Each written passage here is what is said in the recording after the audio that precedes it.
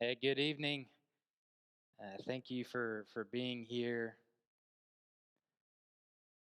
I'm supposed to tell you that you can sit in the back if you would like, but there are microphones back there, so beware. You can sit in the back at your own risk.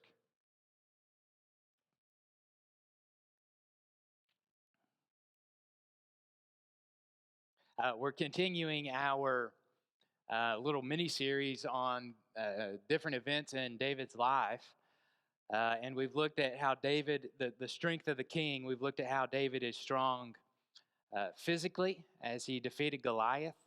And if you remember last week, we looked at how he was strong spiritually as he was confronted with his sin with Bathsheba. And this evening, we're looking at the strength of the king mentally, the mental strength of the king.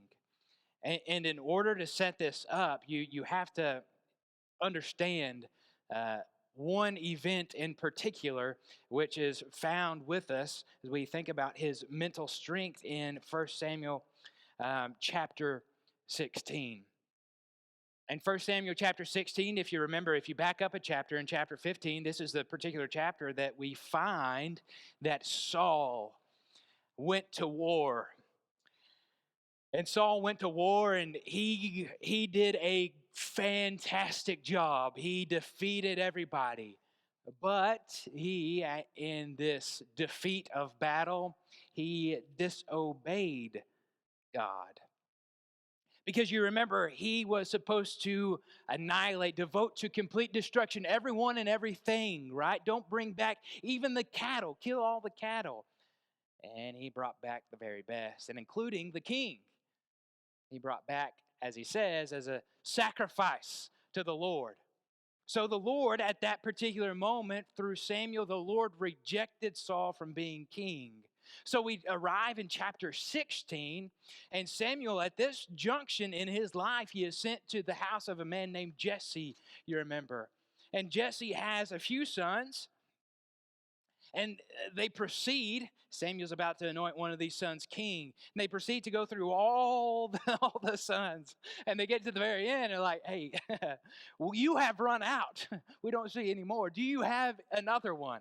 Yeah, we do. But he's out. You wouldn't want him. He's out in the field keeping sheep, right? He's not. You want one of these older sons of mine. But you remember as the story unfolds, he sent, and this is verse 12, and he sent and brought him in. This is David sent and brought him in. Now he was ruddy and had beautiful eyes and was handsome. And the Lord said, arise, anoint him, for this is he. Then Samuel took the horn of oil and anointed him in the midst of his brothers. And the Spirit of the Lord rushed upon David from that day forward. And Samuel rose and went to Ramah. So this is the instance, all right? So in chapter 15, Saul gets rejected as being king. And in chapter 16, this is the moment when David is selected as being the new king. So remember that. Log that away in the back of your mind. Because the life of David continues to unfold. From this moment on, he fights Goliath. You remember in chapter 17? And then look with me in chapter 18. There's another series of events because in chapter 17, after he defeats Goliath, Saul is drawn to him. Who is this young man? Who is him? And he brings David into his kingdom, and he doesn't let him, he doesn't let him return to his own home. And you remember the heart of Jonathan, Saul's son, the heart of Jonathan was knit to David. So they became best friends. But in chapter 18, David's life gets, from his success from that mountaintop in chapter 17 of defeating Goliath, David's life begins to get much, much more complicated. Much more complicated. From this moment forward, Saul gets jealous and he tries to kill this man named David. He tries to kill him in several ways, and in fact, that's what we're going to spend our time looking at, all the different ways that King Saul tries to kill David. And as we do this, as we go on this journey, remember the mental strength that it must have taken, because here he has been anointed king. He is the next king, and yet he faces all these obstacles. He has all these difficulties, as we are about to see. We begin in chapter 18, and Saul says to David, hey, I'm going to make you my son-in-law. I'm going to give you my daughter. Well, that's the case, but it's not the one that he was promised. You remember he was promised his daughter Merab, but Merab was given to another man. And then we're going to do a lot of reading, so just bear with me. And then Michael, you remember. Michael is selected as being given to David. And here's the catch. The king, King Saul, tries to kill David using his enemies. And this is how. So bear with me. Let's go through this story. He uses the enemies, his enemies, to try to kill David. So this is how the story unfolds, and this is the trap, if you will, of King Saul. Now, Saul's daughter Michal loved David, and they told Saul, and the thing pleased him. Saul thought, here it is, let me give her to him, that she may be a snare for him, and that the hand of the Philistines may be against him. Therefore Saul said to David a second time, you shall now be my son-in-law. And Saul commanded his servants, speak to David in private and say, behold, the king has delight in you, and all his servants love you. Now then become the king's son-in-law. And Saul's servants spoke those words to David. And David said, does it seem to you a little thing to become the king's son-in-law, since I am a poor man and have no reputation? And his servants and the servants of Saul told him thus, and so did David speak. And Saul said, thus you shall say to David, the king desires no bride price, except, here's the catch, 100 foreskins. 100 foreskins of the Philistines, that he may be avenged of the king's enemies. Now Saul thought to make David fall by the hand of the Philistines. And when his servants told David these words, it pleased David well to be the king's son-in-law before the time had expired. David arose and went, and along with him, and killed 200 of the Philistines. And David brought their foreskins, which were given in full number to the king, that he might become the king's son-in-law. And Saul gave him his daughter Michal for a wife. But when Saul saw and knew that the Lord was with David, and that Michal, Saul's daughter, loved him, Saul was even more afraid of David. So Saul was David's enemy continually. Verse 30. Then the commanders of the Philistines came out to battle, and as often as they came out, David had more success than all the servants of Saul, so that his name was highly esteemed. You see here, how cunning is this? I don't want to kill you myself, so what I'm going to do is going to require of you an outrageous number of foreskins. This is unattainable, right? And he's going to die, and I'm not going to do anything about it, and I'm going to claim, right, if I'm King Saul, I'm claiming that I just want vengeance on my enemies. Boy, oh boy, did that backfire, didn't it? Not only am I going to give you 100, I'm going to give you 200. Why? Why go above and beyond? I mean, why not get 100 and just get out of there, right? I think David was probably proving his worth to the king, don't you? Not only was he proving his valiance and his willingness to do whatever the king asked. Remember, he is the anointed king, but he still proves his worth to a man that has given him nothing but trouble.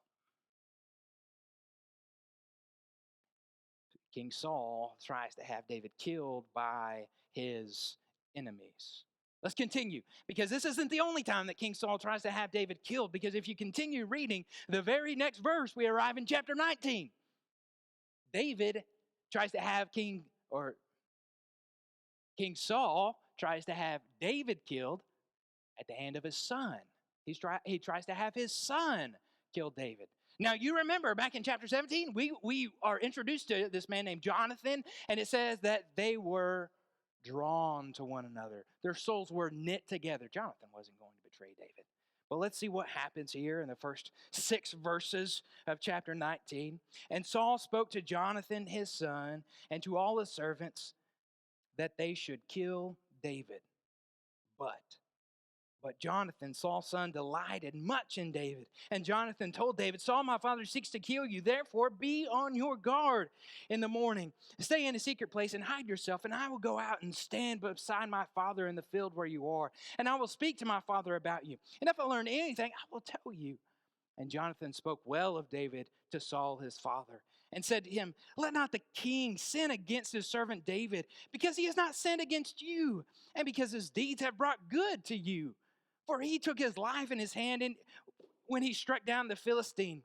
And the Lord worked a great salvation for all Israel. You saw it and rejoiced. Why then will you sin against innocent blood by killing David without cause? And Saul listened to the voice of Jonathan. Saul swore, as the Lord lives, he shall not be put to death. Another turn of events, isn't it? You see, he's commanding Jonathan and these other guys, I want you to go out and I want you to kill David. Kill on sight. So what does David do? Or what does Jonathan do? I'll get these names right eventually. Jonathan goes and he protects David from other people, first of all. He protects them from others by saying, you go and hide yourself, right? You go and protect yourself because people are trying to kill you. So he protects them from others. And then the next step is he protects him from his father. You think that's what Saul had in mind? That the one that was in charge here is going to turn his back on me and to protect this man? I don't think so at all.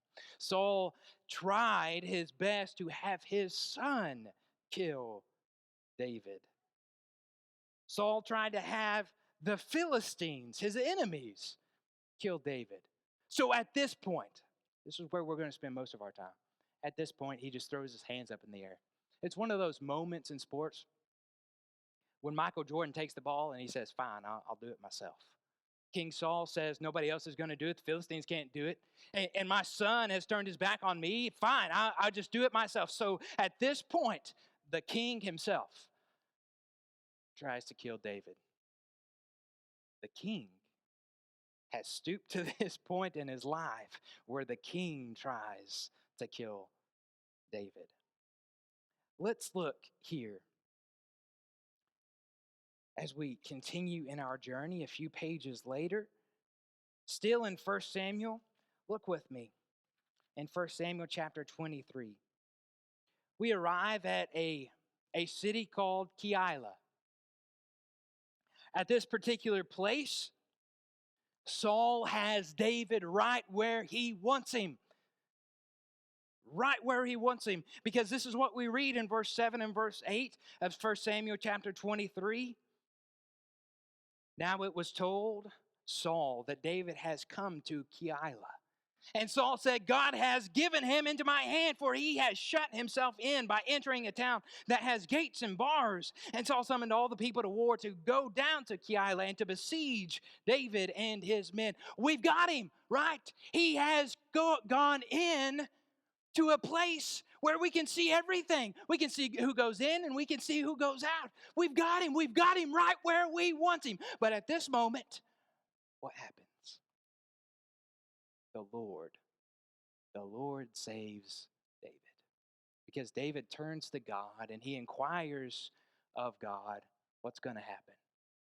And of course, the Lord saves him in verse 12. Then David said, will the men of Keilah surrender me and my men into the hand of Saul? The Lord said, they will surrender you. Then David and his men, who were about 600, arose and departed from Keilah, and they went wherever they could go.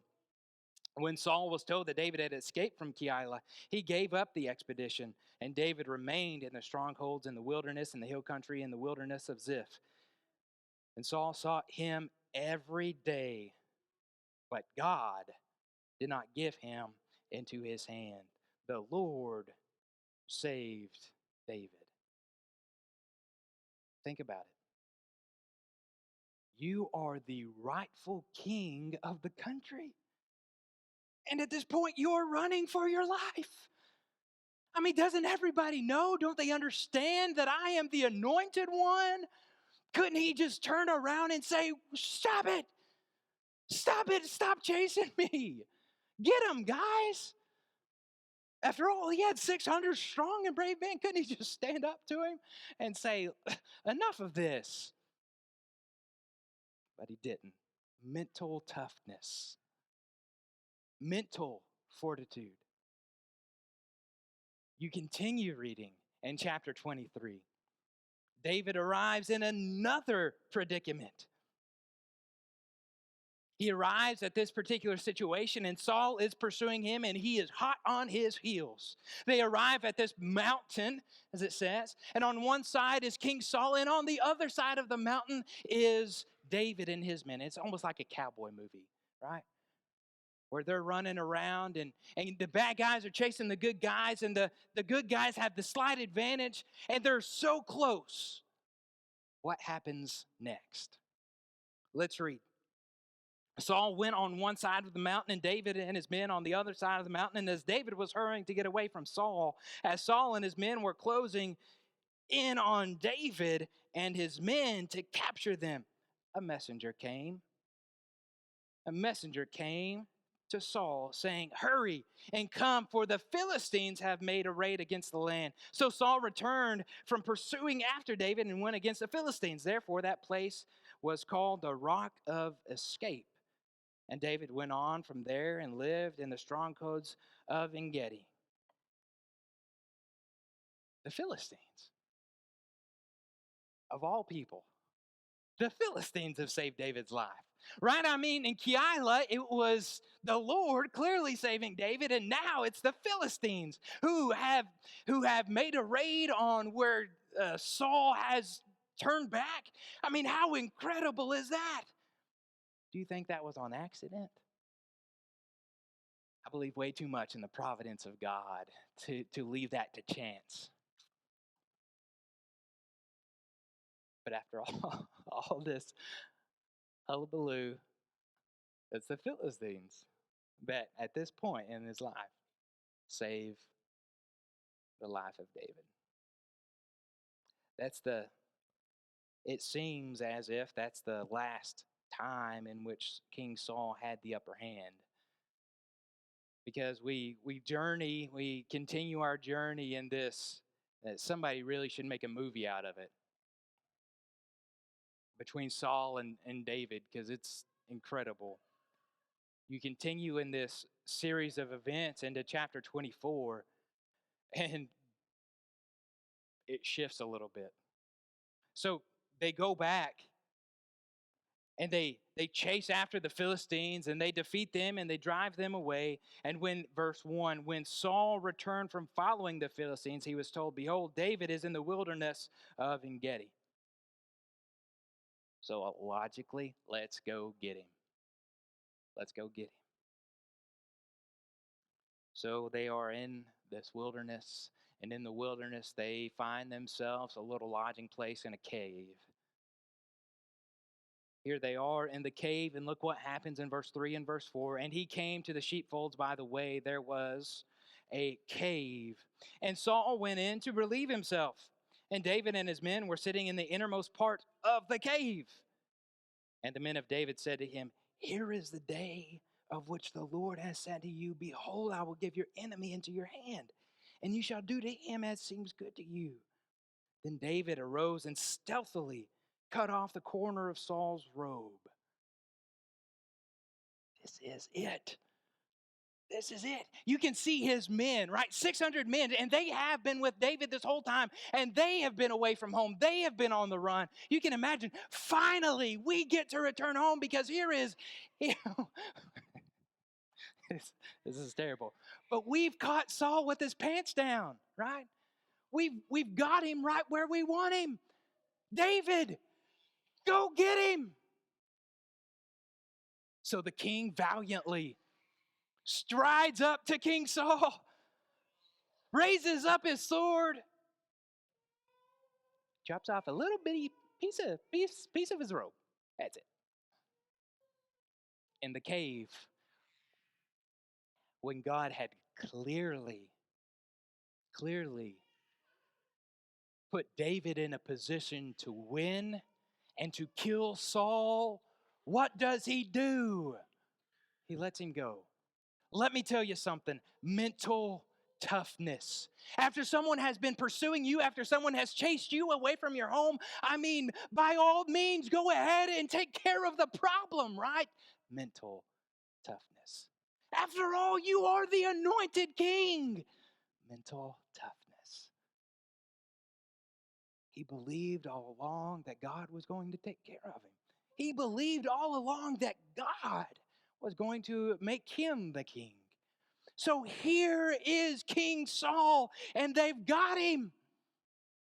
And all he does is take off a little piece of his robe. And here's the thing that every time I read it, I'm like, are you kidding me? Verse 5, it says, and after he took off a piece of Saul's robe, David's heart struck him because he had cut off a corner of Saul's robe. Are you kidding me? How many changes of clothes does this guy have? And you're worried about this one? It doesn't even make any sense to me. Mental toughness. David respected Saul so much, he didn't even want to touch his clothes. I don't know about you, but if I have an enemy like this, someone who is pursuing me in a position like this, I don't know what I would do, but I think I might claim self-defense and say, it was either me or him. But the strength of David up here is absolutely incredible to me. After he tried to get the Philistines to kill him, after he tried to get his son Jonathan to kill him, after he demanded this ridiculous bride price that is preposterous, right? And after he has been chasing him, and he lets him go. Mental toughness. Keep going with me, because there's another time. And here they're not in a cave, but they're in the wilderness. They're in the wilderness, and again, Saul is pursuing David relentlessly. Look with me in chapter 26. We're going to begin in verse 7. We're going to read a few verses here. So David and Abishai, they're up on the hill a little ways away, and here is King Saul and all of his men camping down below. So David and Abishai, his general, we might say, one of his. So David and Abishai went to the army by night, and there lay Saul sleeping within the encampment, with his spear stuck in the ground at his head. And Abner and the army lay around him. That's the enemy, remember? Abner was on Saul's side. Then Abishai said to David, God has given your enemy into your hand this day. Doesn't that sound familiar? Now please, Abishai continues, now please let me pin him to the earth with one stroke of the spear. I will not strike him twice. Can you see his angst? Can you see, let's go ahead and get this over with. I'm not going to be relentless. I'm not going to stab him over and over just one time, and I'm going to pin him to the ground, and we're all going to walk home. But David said to Abishai, do not destroy him, for who can put out his hand against the Lord's anointed and be guiltless? And David said, as the Lord lives, the Lord will strike him, or his day will come to die, or he will go down into battle and perish. The Lord forbid that I should put out my hand against the Lord's anointed, but take now the spear that is at his head and the jar of water, and let us go. Are you kidding me? You've got him again. How do you creep up in the midst of an entire army without waking him up? And then you come at the head of the king and you do nothing. The mental toughness of David is incredible. The mental strength that it has to see King Saul lying there, absolutely at this point helpless, defenseless. And you tell Abishai, don't do anything. Who can stretch out his hand against the Lord's anointed and be guiltless? Question for you. Why did David go to the front of the cave when King Saul was there? Why did David and Abishai here go down into the camp to begin with? Obviously, we don't have an answer for it. It's nothing that's recorded for us. But my conclusion, what I choose to think, is that there's a small bit of him that wanted to end it. Maybe it was his fleshly desire.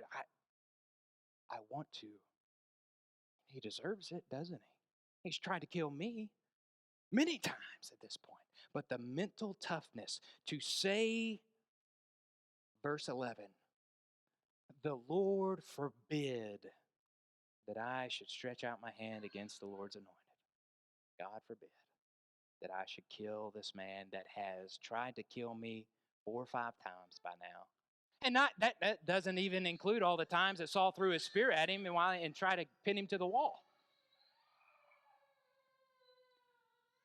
God forbid. Here's a very real application for life. You see in verse 11 that David did not want to stretch out his hand against the Lord's anointed. Turn with me a few years later to the day of Pentecost in Acts chapter 2, and look at what Peter says here in so many words. Look at what he says, beginning in verse 22. Men of Israel, hear these words. Jesus of Nazareth, a man attested to you by God with mighty works and wonders and signs that God did through him in your midst. As you yourselves know, this Jesus delivered up according to the definite plan and foreknowledge of God, you crucified and killed at the hands of lawless men. This, my friends, is the Lord's anointed. And look at what you did with him. This is the one that God has chosen to deliver us from our sins. And look at what you did with him. You didn't pin him to the ground yourself. You didn't strike him with your sword, but you delivered him over to be crucified. That's the Lord's anointed. That's reality.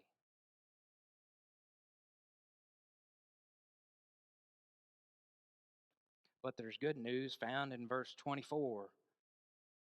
God raised him up, loosing the pangs of death, because it was not possible for him to be held by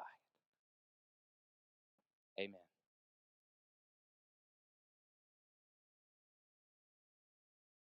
God saves. You killed him. Peter looking at the crowd, you killed him. But God raised him.